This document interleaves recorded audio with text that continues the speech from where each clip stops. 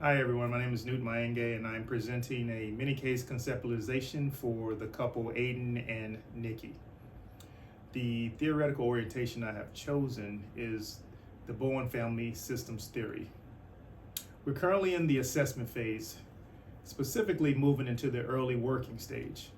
Now, I selected this phase because Bowen's theory relies heavily on gathering family history to understand the emotional system before attempting to shift it. Now, part two, family members and the presenting problems. Well, the client system consists of Aiden and Nikki, a couple who's dating and who happen to have both been adoptees. Their presenting problem is high relationship conflict and significant emotional distance. Now, from a Bowenian perspective, their nuclear emotional process is characterized by a high level of chronic anxiety. Now, this anxiety manifests in a classic pursuer distancer dynamic. Now, obviously, we have Nikki, who is the pursuer. She is driven by fear of abandonment. She exhibits signs of fusion, seeking constant validation to soothe her internal anxiety. Then we have second client, Aiden. He's classified as the distancer. He's driven by a fear of engulfment. And so what he does is he manages anxiety through emotional withdrawal, effectively cutting off people to protect himself, AKA emotional cutoff. Now, ultimately, they are binding their anxiety through conflict rather than dealing with their shared history of early loss. Then we have bullet point 3, where we talk about the key theory concepts and interventions in my PowerPoint. And what I'm doing here is to treat this anxiety, I am utilizing several core Bowen concepts.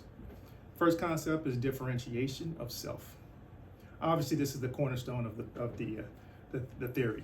What I'm trying to do is help them distinguish between their feeling process and their intellectual process so they don't naturally react automatically to one another.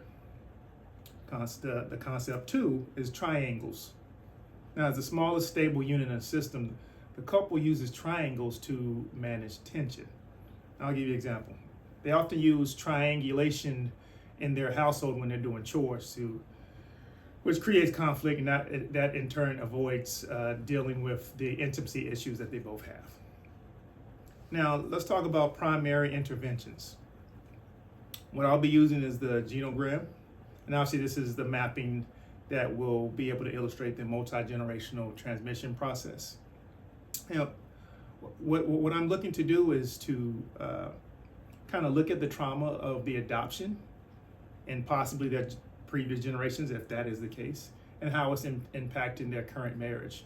Obviously, if there is no adoption in the previous generation, then just the adoption in their generation we'll be focusing on. So how I'm going to do this is I'm going to start with process questions. Obviously, these are designed to lower reactivity and engage the prefrontal cortex. I want them to think about their role in the system rather than blaming each other. Also, another intervention is I positions. I'm coaching them to take I positions to communicate from a place of self rather than reacting to the other person's behaviors. Now, obviously, I have a certain role in this process as a therapist. So how am I going to show up in the room? Well, my role in the room, me being a former basketball player, sports agent, instructor, things like that, and as an actor, I will come in the room as a coach. And it is vital that I maintain a non-anxious presence. And what I mean by this is I have to remain differentiated myself to avoid getting pulled into any emotional fields.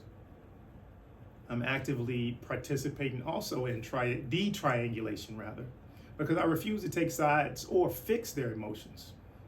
Instead, I'll put the responsibility back on them and I'll help guide them through their anxiety. Now, this is my rationale towards doing that. My goal isn't to just simply reduce their anxiety, but to increase their basic level of differentiation. If they can learn to self-regulate through my guidance, that will in turn reduce chronic anxiety and they can begin to break the cycle of the abandonment and withdrawal that they both feel. And that concludes my presentation of Aiden and Nikki. Thing that I recommend you always using is I statements, right? One of the things of when you create um, when issues get created is because there's a blaming. You did this, you did that, right? So you guys have kind of started that path, which I'm excited to see and see how that progresses. So when you go on this picnic, since you both um, have agreed to do it, right? Use I statements. Have clear conversation on how each other feels, right? But more importantly, enjoy the moment, right? Organically. Do you think that's something that you guys could do in a given time frame and an experience? Yeah, yeah, I think that's something that we could do. Um, I know aside from the apartment or moving in together situation, we were talking about figuring out what to do for a month and a half. Uh, because we've been caught up in our jobs, so we wanted to figure out what to do. And the next month is something that we are trying to figure out since we were both free. So I think we can do that picnic idea again. Okay. It is sunny outside, so let's go ahead and let's put it. Would you like to put a date on it? How would you feel about that? I mean, I would be okay with that. I think it would help solidify what to be expected in the upcoming weeks and month. Okay. So what if you guys planned it together? Plan the food together. Maybe you um, prepare the basket together, get everything together. How would that make you guys feel doing that? Nikki first. I think that'd be helpful. I think it'd be really nice actually, just to plan together and just have both of our opinions shared on what, food wise or whatever we're bringing. Okay. How does that make you feel, Aiden? Makes me feel good. Still doesn't feel like there's pressure. Um, allows me to feel like there's just a flow in the moment. Um, Whatever we feel, we do. So it helps me feel like confident. It's just like at the end of the goal, it's just gonna be us doing a picnic. Okay. Well, what do you guys think about doing that in the next week or two? How do you feel about that? I think that'd be great, actually, just to solidify what date and time as well. It would help ease anxiety off of me at least. Okay. So I'm supposed to be seeing you guys in, I believe, 2.5 weeks. So how about we say in 2 weeks? How will that work? And then that way we can discuss in our next session. That sounds good with me. I think that's something that we could do. Okay. Well, I'm excited to continue these conversations with you both. Um, you taking a step to be in therapy is huge for your relationship.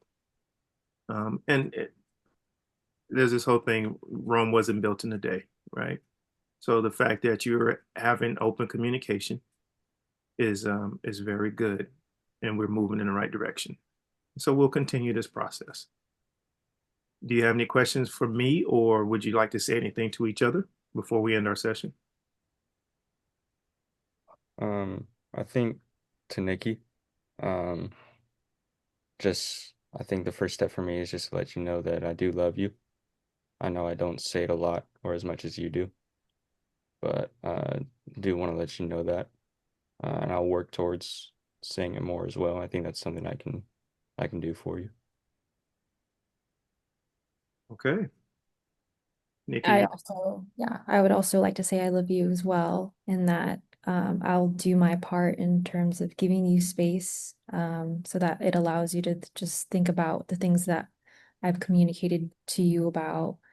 And I'm just appreciative of, this constant trial. Okay, and there it is. Our time is up. I will see you both in 2.5 weeks, and enjoy your picnic. Okay. Thank you. All right, have a great day, guys. You too.